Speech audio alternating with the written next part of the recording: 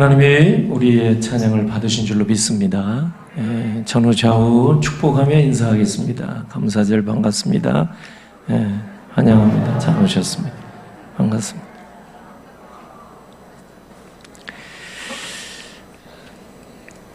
오늘 추수감사절인데 우리와 상관이 없다 생각하면 안 됩니다. 확실한 것은 오늘 성경 말씀 보니까 구약 시대에는 피로 드리는 제사, 그것이 예배였어요. 날마다 드렸습니다. 사실은 상번제라는 게 있었어요. 뿐만 아니라 죄를 범하면 항상 그 죄값을 대신해서 사람이 죽어야 되지만 죄의 삭슨 사망, 짐승을 잡아서 피를 제단주에 뿌리고 하나님 앞에 제물을 바쳤어요. 희생 제물. 그래서 하나님이 용서해 주시는 은혜를 입어 살았습니다. 그런데 2000년 전 예수 그리스도께서 인류의 구세주로 이 땅에 오신 이후에는 더 이상 그런 희생 제물을 잡을 필요가 없어요. 왜냐하면 예수님이 어린 양 희생 제물이 친히 되어 주셨기 때문입니다. 그리고 히브리서 말씀에 단번에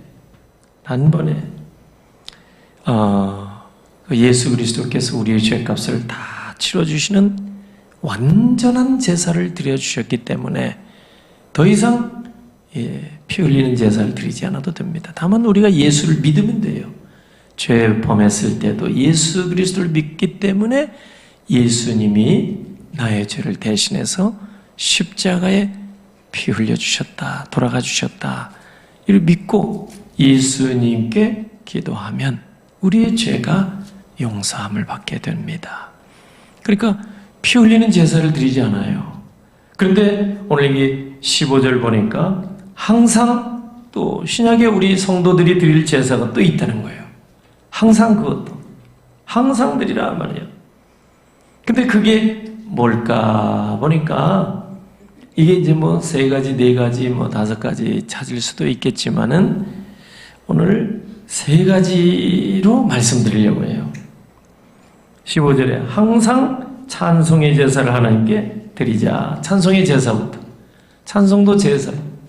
피 흘리는 그런 짐승 제사가 아니지만은 이 찬양도 하나님은 어떻게 받는다? 제사로 받으신다. 제사는 구약시대 예배 방법이에요. 신약에서는 제사가 없어요. 제사는 희생 제물을 잡을 때 드리는 그 예배 행위가 제사죠. 그런데 신약에서는 그게 필요가 없어요. 왜요? 예수님이 완벽한 제사를 아버지께 드려주셨기 때문에 다른 짐승이 아니라 당신 자신을 어린 양 제물로 잡아드렸기 때문에 스스로. 그래서 더 이상 우리는 피 흘리는 제사를 드리지 않아도 되지만 또 다른 제사, 더 좋은 제물로 히브리서 9장 23절에 보면은 더 좋은 제물로 더 나은 제사를 하나님께 드려야 된다 이거죠. 그래서 더 좋은 제물, 더 나은 제사, 그게 뭘까? 영적 제사. 그게 몇 가지나 될까? 오늘 본문에서 3가지를 제가 말씀드리려고 해요. 첫째가 15절에 나와 있는 찬송의 제사. 같이 한번 15절을 읽어볼까요? 그러므로 우리는 예수로 말미암아 항상 찬송의 제사를 하나님께 드리자. 이는 그 이름을 증언하는 입술의 열매니라. 아멘. 이 찬송의 제사로 우리말 이렇게 나와 있지만 원문 뜻은 감사 찬송의 제사. 원문에 가장 가깝게 번역된 영문 번역에 봐도 NASB라고 여기에 봐도 감사 찬송의 제사 그렇게 나와요.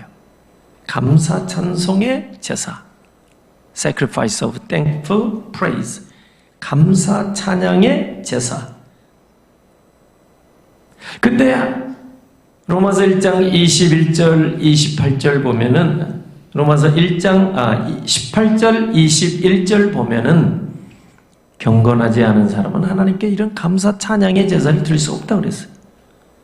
경건하지 않은 사람. 모든 경건하지 않음과 불의에 대하여 하늘로부터 나타나느니 이 사람들은 21절 감사하지도 아니하고 감사할 수가 없어요. 오늘 우리 시대는 불신의 시대입니다. 불신의 시대의 특징은 뭐예요?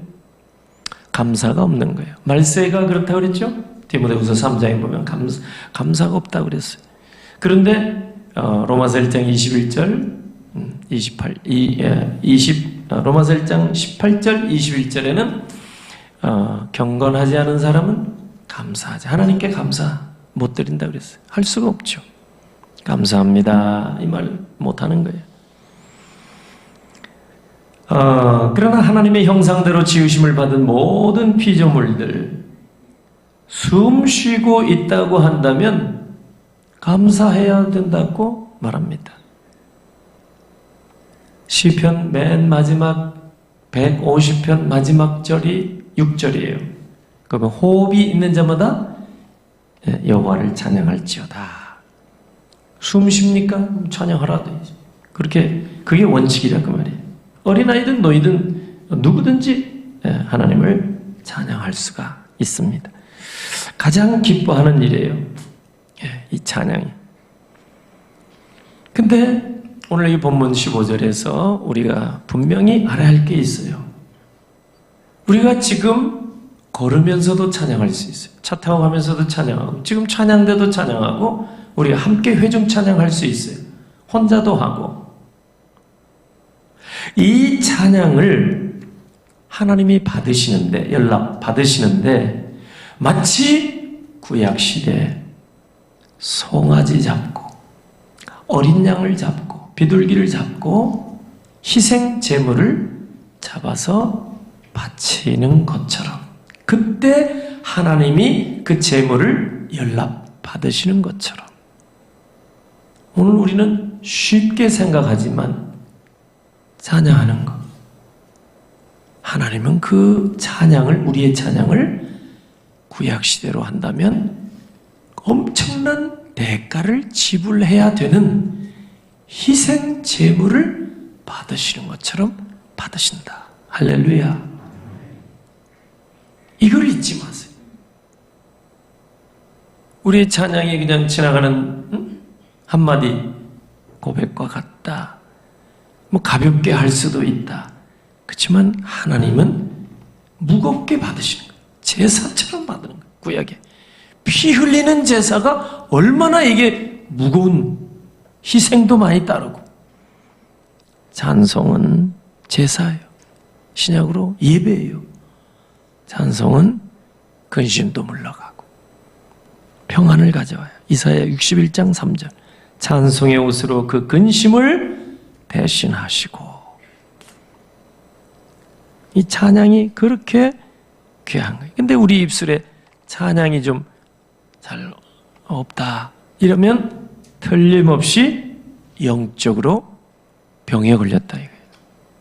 감기처럼 뭔가 병 걸린 그 증거가 감사, 그것도 감사 찬양이 식어지는 거예요. 감사. 여러분이 스스로 진단할 수 있어요. 자가 진단.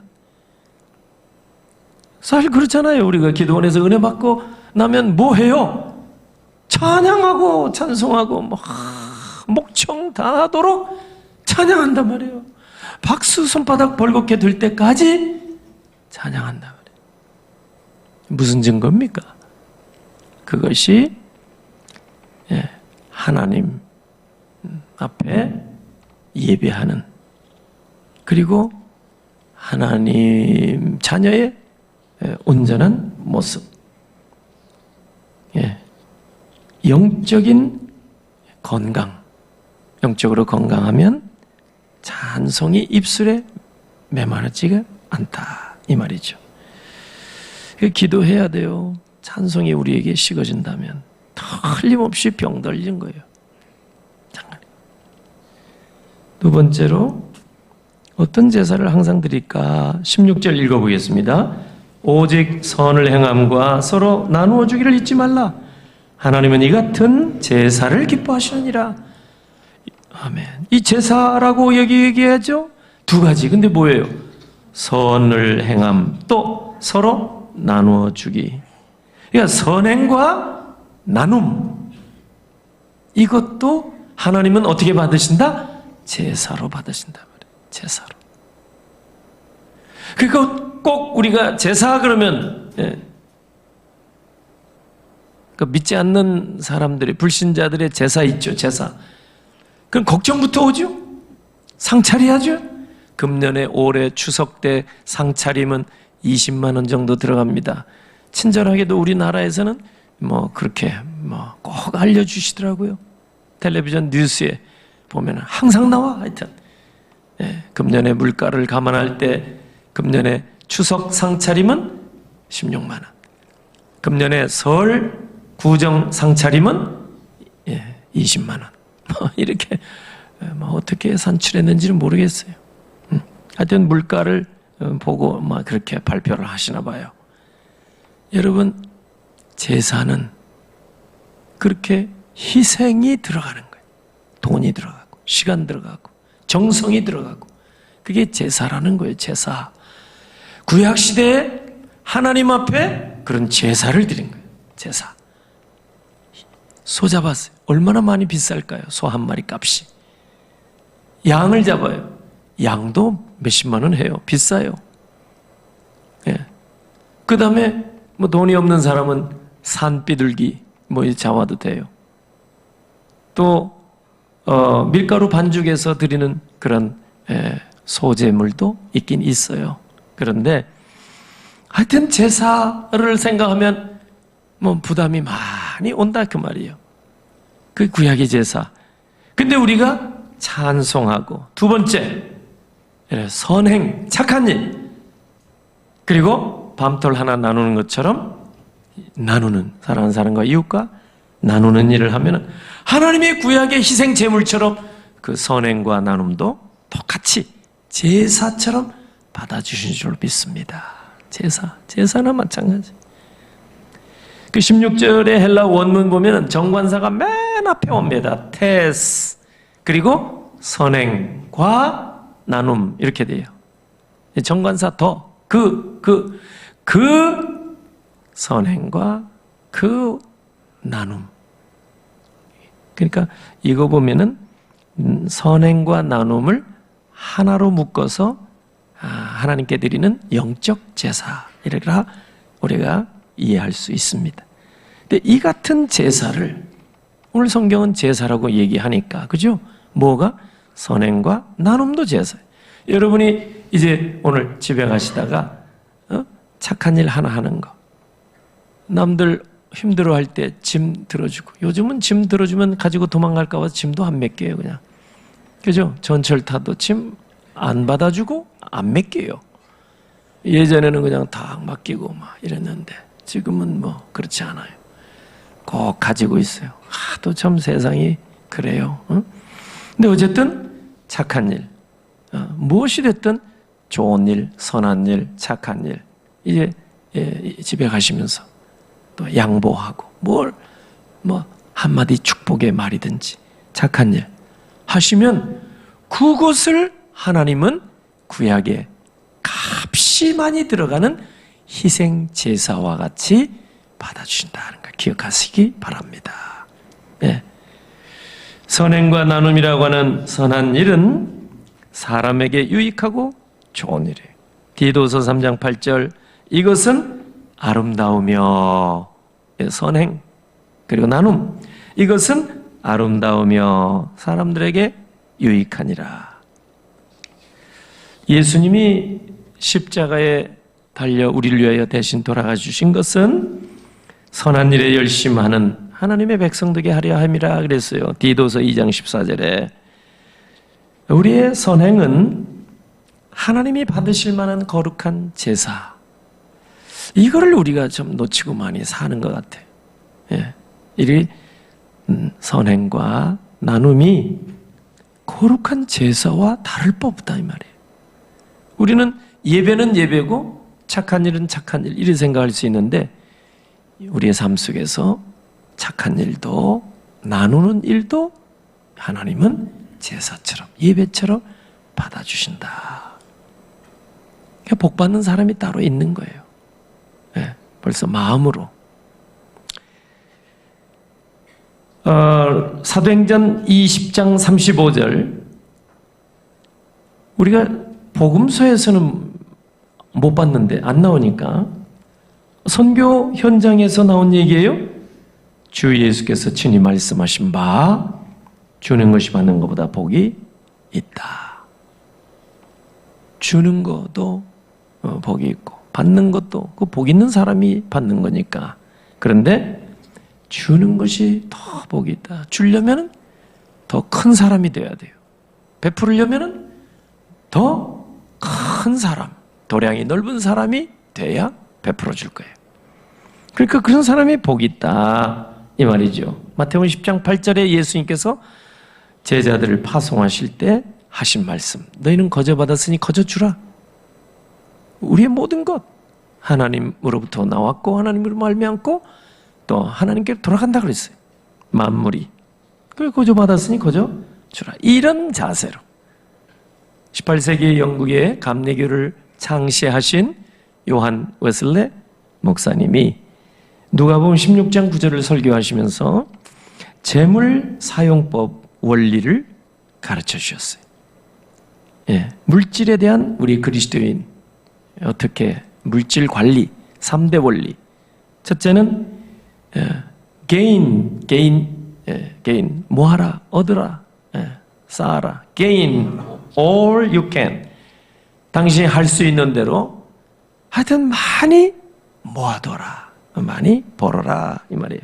돈을 벌어라. 근면. 두 번째는 save. 할 수 있는 대로 all you can. 할 수 있는 대로 전략하고 저축하고 쌓아라 그 말이에요. 할 수 있는 대로. 세 번째는 이제 give. 주라. all you can. 당신이 할 수 있는 만큼 많이 베풀어 줘라. 이런 선용입니다. 선한 일에 열심하는 것. 참 웨슬레 목사님이 참 바로 이렇게 성경적인 원리를 잘 말씀하신 것 같아요. 아주 20여 년 전에 여러분에게 소개했지만 까마득하게 다 잊었기 때문에 다시 제가 얘기를 합니다. 그 미국에서 제가 아주 좋은 그 광고 카피를 본 적이 있었어요. 성탄절 이제 곧 돌아오는데 그때 어떤 이제 광고가 떴느냐 하면은 스크루지처럼 전략하고 스크루지처럼 아주 뭐 자린고비처럼 전략하고 산타처럼 베풀어줘라 이 말을 했는데 지금도 잊어지지가 않아요. 그 한마디 광고 카피인데 이렇게 좀 기부도 좀 하고 좋은 일을 좀 하라는 그런 광고 내용인데 이렇게 스크루지 영감처럼 자린고비처럼 정말 돈을 잘 전략하고 모으고 그러나 선한 일에 베풀어 줄 때 나눠 줄 때는 산타처럼 이렇게 하라. 예수 믿는 사람이 만든 건지 뭐 그건 잘 몰라도 참 피부에 와 닿고요. 정말 우리가 한번 마음에 기억하고 귀를 기울이고 좀 이걸 잘 우리의 삶의 자리에 이렇게 적용을 하면 좋겠다 하는 생각이 듭니다. 우리는 관리자 입장이니까 물질에 대해서. 그러니까 우리 그리스도인들은 물질을 모을 때도 기뻐요. 쌓아가는 기쁨이 있단 말이에요. 그러나 나누고 베풀고 선한 일을 할 때 기쁨은 더 크게 되는 법입니다. 하나님 아버지께서 기뻐하실까 우리가 왠지 기쁜 거예요. 착한 일하고 나눔의 일을 하고 선한 일을 하고 여러분이 사랑의 쌀 모으는 일에 참여하시고 이 과일도 한 분 집사님이 이번에 제 광고 말씀을 듣고 뭐 가장 좋은 과일 큰 과일 파는 곳에 가셔서 새벽 예배 하기도 전에 가셔서 이 과일을 최상품으로 이렇게 사서 보내오셨어요. 봐도 여러분 달라요 벌써 품질이 최상품이에요 최상품. 아주 헌신해 주셨어요, 이번. 그래서 많은 분들이 더 많이 참여했더라면 우리 지역에 더 많은 곳에 필요가 있는 곳에 좀 나눠 드리면 좋았는데 막 그렇게까지는 못할 것 같아요. 몇 가정밖에 안 될 것 같아요. 우리 송정동에 도움이 필요한. 그래서 지금 우리가 아직 연탄을 떼는 분들이 월동 대책 있으시고, 그래서 아마 그것도 우리가 준비해서 이렇게 좀 앞으로 하려고 그래요, 조만간. 그리고 이제 이 과일 중에 또 일부는 우리 교회 가방에다가 정성으로 잘 담아서 이렇게 몇 가정들에게 나눠드리려고 합니다. 너무 감사해요. 이런 마음으로 이렇게 같이 해주셨다는 게 너무 기쁘잖아요. 이렇게 헌신하고. 예. 하늘 아버지께서 기뻐하신다는 증거라고 말해요. 예수님이 이 땅에 계실 때 베다니 그 나사로의 집에 신방을 자주 가셨거든요. 근데 이 나사로 누이들이 참 예수님을 잘 섬겨주셨어요. 마리아와 마르다. 그런데 우리는 너무 마리아는 말씀 들었으니까 잘했고 마르다는 음식 장만한다고 예수님 말씀도 못 듣고 잘못했고 이렇게 이분법적으로 많이 생각하는 경향이 좀 있는데, 토미 테니는 균형의 영성이라는 책을 쓰셨는데 거기서 말씀하기를 마리아나 마르다나 똑같이 주님을 섬겼던 분들이다. 잘 섬겼던 분들이다. 마리아는 예수님 발밑에서 말씀을 들었는데 예배드리는 삶을 실천한 사람이고, 마르다는 삶으로 드리는 예배를 실천한 사람이었다. 이렇게 평가를 해요. 이거 두 분 다 똑같다 이 말이죠. 그러니까 찬송의 제사를 드리고 선행의 제사를 드린 사람이다. 그럼 마리아와 마르다를 그렇게 생각을 하는데 정확하게 본 것 같아요. 하나님의 말씀으로 예배드리죠. 뿐만 아니라 찬송의 제사, 뿐만 아니라 선행 나눔의 제사로 영광 올려드리는 거죠. 누가복음 10장에 보면은 예수님이 비유로 가르쳐준 말씀 가운데 선한 사마리아인의 비유가 나오죠. 네. 제사장, 레위인 이런 사람들은 업무에 너무 바빠서, 사실 저가 그런 것 같아요. 바쁘다 보니까 주변이 안 보이죠. 너무 바쁘게 다니면 주변이 안 보여요. 그런데 사마리아 사람은 지나가는 길에 강도 만나 쓰러져 있는 사람이 보인 거예요. 보여서 끝까지 도와주잖아요. 경비도 이렇게 지원해 드리고, 이 강도 만난 사람의 이웃이 되었다고 예수님이 이렇게 칭찬했잖아요. 비유지만 가르쳐 주셨어요. 그러한 강도 만난 자의 이웃이 되어주는 것도 하나님 아버지께서는 제사처럼, 희생제사처럼 연락해 주신다. 이런 말씀이 되는 거예요. 그래서 디모데전서 6장 18절 보면은 선을 행하고 선한 사업을 많이 하고 나누어 주기를 좋아하며 너그러운 자가 되게 하라. 나누어 주기를 좋아하고 선한 사업을 많이 하고. 어제 뉴스 보니까 그동안에 빌 게이츠나 이런 분들은 막 이렇게 기부, 도네이션 이걸 참 많이 했는데 상대적으로 베이조스는 기부를 많이 안 했다. 그런데 이번에 그 엄청난 재산들을 앞으로 기부하겠다 발표를 했대요. 그 구체적인 것은 안 나와서 또 모르겠어요. 그런데 어쨌든 그런 발표까지 나왔으니까 하겠죠. 하나님이 엄청난 재물의 은혜를 베풀어 주신 것은 선한 일에 열심하라. 그거예요. 그러니까 안 해도 되잖아요. 내가 열심히 일해서 재물을 얻었는데, 그러나 선한 일에 열심히 하지 아니하면 왠지 좀 마음이 편치가 않더라 그 말이에요. 1994년도에 LA 폭동이 일어났어요. LA 폭동이. 근데 한인 상가들이 엄청난 피해를 봤습니다. 그때 매스컴에서 다 얘기를 했어요. 그때 제가 미국에 살 때인데, 매스컴에서 한 얘기가 뭐냐, 이 한인들이 돈을 가게를 하고 열심히 일해서, 정말 열심히 해서 돈을 많이 벌었어요. 그럼 그 지역에서 장사해서 돈 많이 벌었으니까 그 지역에 물론 이 지방세도 내는 거예요. 그 원리가 같은 거예요. 국세를 내지만 지방세, 이 지역에서 장사해서 이문을 남겨서 이 지역에 세금을 또 내는 거예요. 지역사회 발전을 위해서.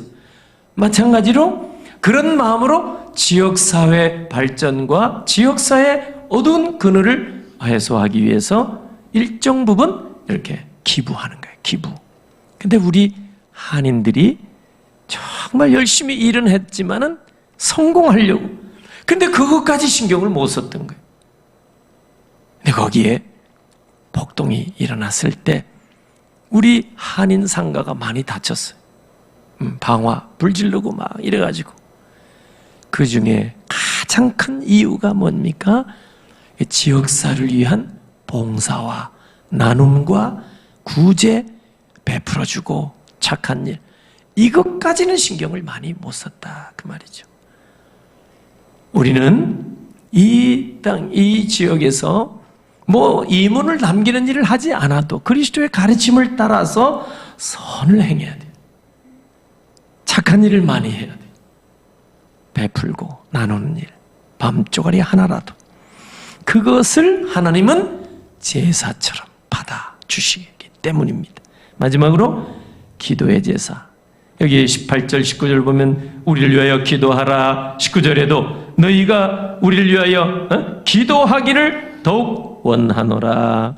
이 히브리서 기자는 찬송의 제사라고 얘기해요. 선행과 나눔의 제사라고 얘기를 해요. 그러나 기도에 대해서는 제사라는 표현을 하지 않습니다. 많은 제가 생각할 때 기도는 그냥 하는 게 아니에요. 보세요. 시간, 그리고 정성, 그리고 얼마나 이게 힘들어요. 기도하는 게. 심지어 어떤 사람은 기도는 노동이다 뭐 이런 말을 하는데 그 잘못된 말이지만은 그거 쉽지 않은 거예요. 기도. 여러분, 이 기도가 쉬운 게 아니죠? 기도는 하나님 앞에 올려지는 제사와 같고 어찌 보면 기도는 제물과 같은 거예요. 제물, 희생의 제물. 왜요? 자, 3000년 전 태문을 열어달라고, 그것 때문에 보이지 않는 어떤 좀 압박과 이런 좀 눈총도 따갑게 받고 마음고생 많이 했던 이 한나, 3000년 전에, 그죠? 너무 마음이 괴롭고, 예전에는 자식이 없으면, 구약시대는 더 그랬잖아요. 그래서 성전이 건축되기 전 성막시대인데 성소에 가서 하나님 앞에 기도했어요. 만민의 기도하는 집이잖아요. 간절히 기도했어요. 진짜 이 한나가 얼마나 기도에 진력을 다했는지, 기도에 집중하면 뭐 얼굴이 밝아질 수 있잖아요. 네. 간절히 기도하니까. 그러니까 엘리 제사장이 나이도 뭐 100세 가까이 됐으니까 분별력이 좀 떨어졌지만, 보니까 대낮에 술 취했냐 뭐 이럴 정도로 얼굴이 빨개진 거예요.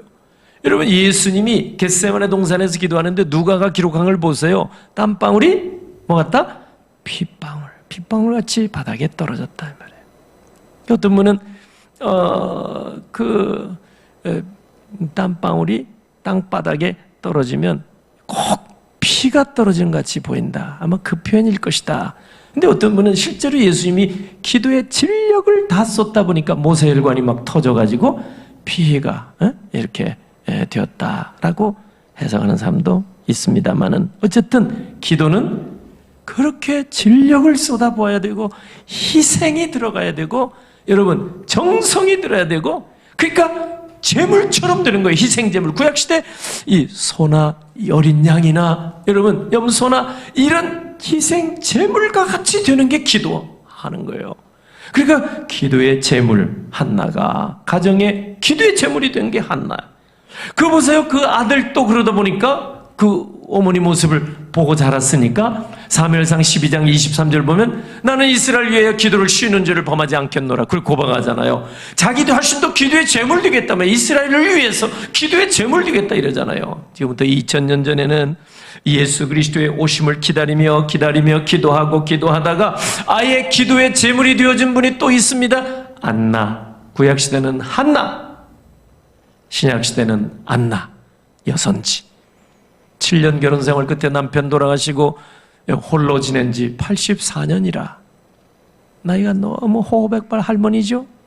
이분은 누가복음 2장 36절 이하를 보면은 성전을 떠나지 아니하고 주의 하루 금식하며 기도함으로 섬겼습니다.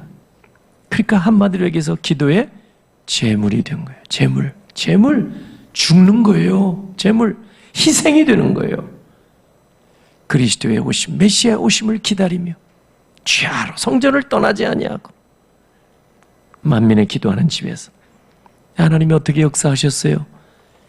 메시아로 오신 예수 그리스도, 아기 예수 그리스도를 직접 뵐 수 있는 그런 은혜를 하나님이 안나 여선지에게 허락해 주셨습니다. 말씀 맺습니다. 오늘 추수감사 주일입니다. 성경으로 보면 출애굽기 23장 16절 수장절을 지키라. 수장절, 이게 추수감사절의 성경적인 근거입니다. 곡식을 거두어서 하나님 앞에 비나이다 우상에게 절하는 게 아니에요. 하나님께 감사하라. 거기서 온 것이고, 지금 우리가 11월 셋째 주일날 우리 한국교회가 추수감사주일로 대부분이 이렇게 지키는 것은 미국 추수감사절의 그 영향을 받은 겁니다. 선교사님들을 통해서. 미국 교회는 영국 국교가 너무 청교도들을 핍박하고 신앙생활 자유롭게 못하게 하니까 1620년 102명의 청교도 성도들이 메이플라워 배를 타고 영국의 플리머스 항구를 떠나서 몇 달 만에 매사추세츠, 거기 보스턴 항구, 케이프 컷, 거기에 도착을 한 거예요. 거기에. 그래서 거기에 도착해서 그 이름을 또 플리머스라 똑같이 붙여놓죠. 그 청교도들이 어렵사리 신대륙에 와서 도착했는데, 여러분, 곡식을 재배할 수도 없고 먹을 것도 없고, 그래서 야생의 칠면조 이런 거 이렇게 먹기도 하고, 산에서 들에서 나는 그런 야생, 그런 식물들을 갖다가 먹고 연명하고, 그 가운데 원주민들, 모히칸, 나바호 이런 인디안들이 있죠. 또 알곤퀸 이런 그런 인디안들이 와서 양식들을 이렇게 좀 주기도 하고, 또 농사하는 그 땅에서 농사하는 법을 가르쳐 주기도 했어요. 그 배 타고 왔다 갔다 하는 사람들을 통해서 영어하는 사람들이 있었어요. 이 원주민 가운데.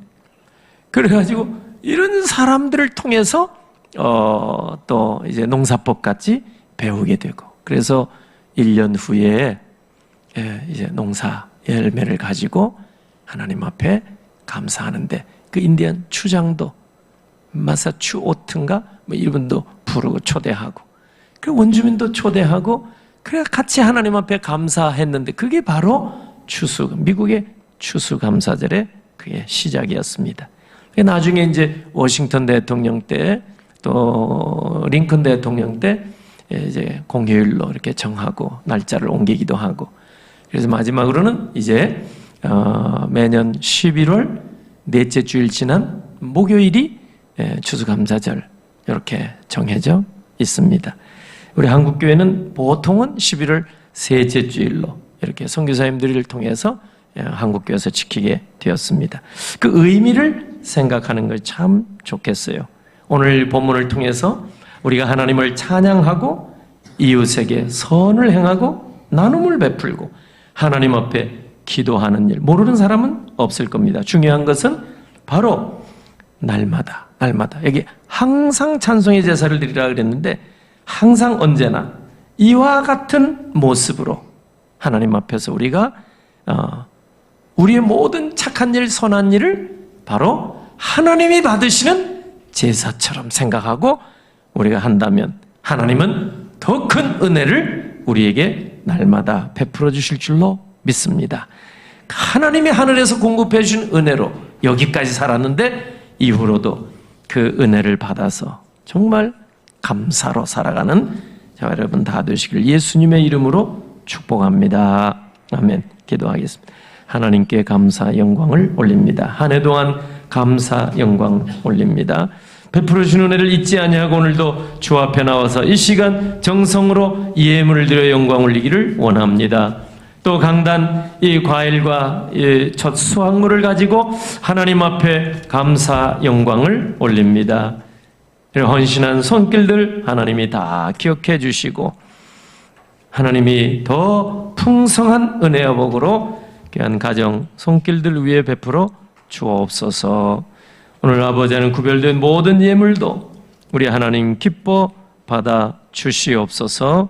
다음 세대를 향한 또 건축 예물까지 우리 하나님 받으시고 마음복으로 갚아 주옵시고 생명을 얻는 일에 쓰임받는 예물들이 되게 하옵소서. 축복하옵고 감사하오며 예수님의 이름으로 기도하옵나이다. 아멘.